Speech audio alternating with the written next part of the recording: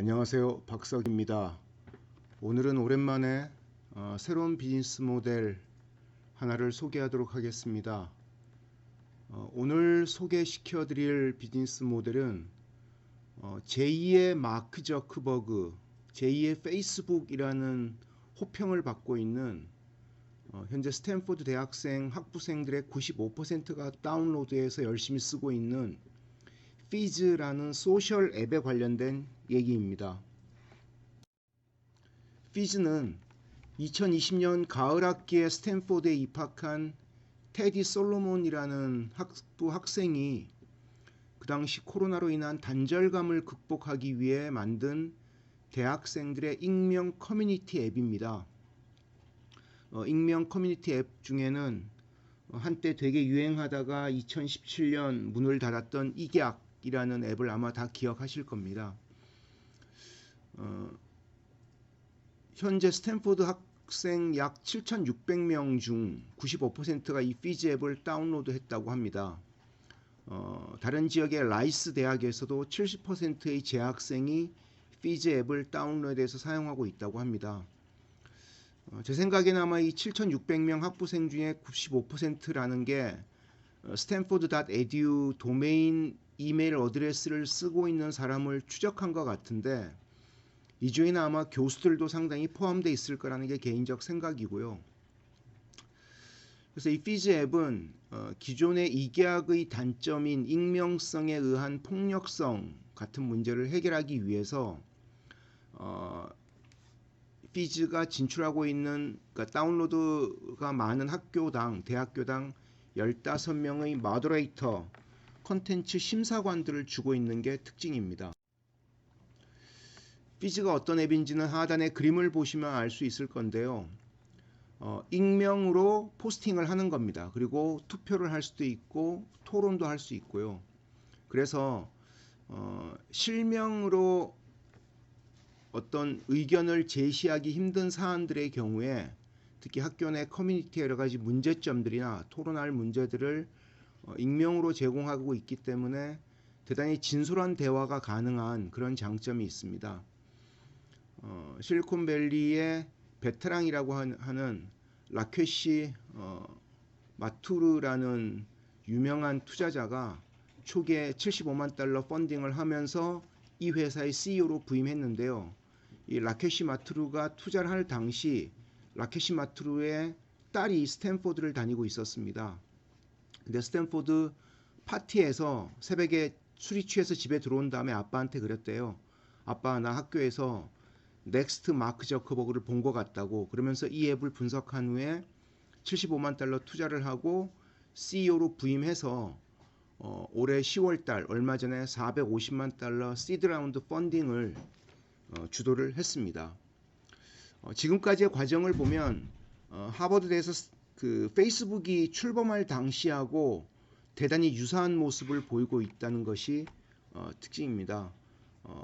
페이스북도 하버드대에서 먼저 쓰기 시작해서 스탠포드, MIT 같은 아이비리그 쪽으로 확산이 되면서 결국엔 이제 전 세계로 확산된 그런 예가 있는 것이죠.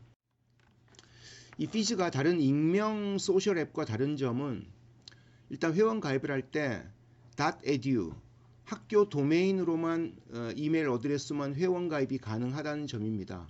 그러면 그 이메일 어드레스 내에 있는 같은 커뮤니티 회원들끼리 이제 토론회 장이 열리는 것이죠. 그리고 앞서 말씀드렸듯이 유해 콘텐츠를 걸러내기 위해서 대학별로 15명의 콘텐츠 심사 인력, 얘들은 마더레이터라고 하는데요. 이 심사 인력들이 AI 기반의 콘텐츠 스크리닝 기능을 보강하는 역할을 합니다. 그래서 예를 들면 학교별로 이 심사 인력을 두는 이유는, 우리가 중앙 집중적인 콘텐츠 스크린 인력을 보강했을 때는 그 학교마다의 독특한 콘텐츠나 개념을 이해 못할 수가 있거든요. 그래서 그런 부분에서 학교 내의 독특한 콘텐츠를 그 학교 사정에 맞게 걸러내기 위해서 콘텐츠 심사 인력을 두고 있다는 것이 대단히 큰 특징이고, 이 점 때문에 제가 뒤쪽에 설명드리겠습니다만 학생들의 후기에서 호평들도 많이 이어지고 있습니다. 그래서 피즈는 지금 2023 학년도가 이제 끝날 때까지, 그러니까 2024년 우리로 따지면 1학기가 종료될 때까지죠. 2023학년도니까 그때까지 미국 내 1000개 이상의 대학으로 확산할 계획입니다. 이 점까지도 페이스북과 유사한 초기 확산 로드맵을 가지고 있는 것으로 평가받을 수 있습니다. 창업자인 솔로몬, 지금은 이 사업 때문에 스탠포드를 중퇴했는데요.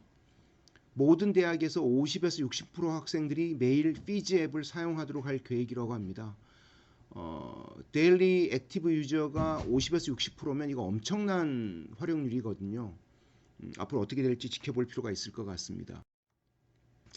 피지와 관련된 앱스토어 후기를 제가 캡처를 떠왔는데요. 이 중에 몇 가지 부분만 제가 번역을 해서 간단하게 설명을 하겠습니다. 인스타그램, 한 스탠포드 학생은 인스타그램, 스냅, 틱톡을 합친 것보다 피지 앱을 더 많이 사용한다. 크크크 이렇게 이 피지 앱에 대한 호평을 남겼고요. 또 한 학생은 너무 중독적이다. 스탠포드의 이 앱 문화는 너무 재미있다. 라는 또 호평이 이어졌고요. 또 다른 학생은 너무 놀랍다. 피지는 우리 캠퍼스에 변화를 가져왔다. 피지는 개인적으로 표적이 되는 것에 대한, 그러니까 예를 들면 익명의 기존 앱에서 이계약 같은 데서는 과도한 따돌림 같은 게 큰 문제가 됐거든요. 사회적 문제가 됐죠.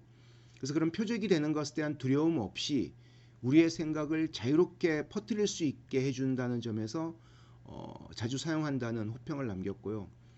다른 학생은 이제 대단히 부정적인 평가를 남겼는데요. 사이버 폭력의 위험성을 걱정하고 있다는 겁니다. 우리 캠퍼스에서 증가하는 정신건강 문제를 고려할 때 익명의 컨텐츠와 적극적인 괴로움이 있을 수 있는 이 앱은 위험할 수 있다라는 그런 평가를 내리고 있습니다. 이 앱을 보면서 일단은 말씀드린 것처럼 초기 페이스북과 같은 그런 확산 로드맵을 잘 밟고 있는 것처럼 보입니다. 아직 설립된 지 얼마 안 됐지만은. 하지만 한때 폭발적인 인기를 끌고 많은 투자를 받았다 갑자기 문을 닫은 이계약 같은 그런 과거의 익명 소셜 앱의 전철을 밟지 않을 방법이 조금 더 고민해야 될 부분이 아닌가라는 생각이 들고요. 두 번째는 요즘 이제 외신을 보면 이런 Z세대용, G세대용 소셜 앱들이 대단히 많이 활기를 띠고 있고 이런 앱들에 대한 벤처 캐피탈들의 투자가 생각보다 활발하게 이루어지고 있습니다. 그러면 이렇게 새롭게 주목받는 G세대용 소셜 앱들과 이런 피즈 같은 이런 주목받는 대학생용 앱의 경쟁 구도가 어떻게 될지도 되게 궁금하고요. 가장 큰 고민사항은 과연 이런 G세대용 소셜 앱이 기존 거대 소셜 앱의 대체제로 부상할 수 있을 것인지에 대한 문제를 고려해 봐야 될 것 같습니다. 이 문제는 국내에서도 카카오톡이나 라인 같은 밴드 같은 그런 거대 서비스 업체들에 대해서도 업체들의 경우에도 고민이 많은 사안이 아닐까 생각이 듭니다. 오늘 오랜만에 소셜 앱 분야의 새로운 비즈니스 모델 하나를 살펴봤는데요. 내용이 흥미롭다고 생각하시면 구독과 좋아요 부탁드립니다. 감사합니다. 다음 시간에 다시 찾아뵙겠습니다.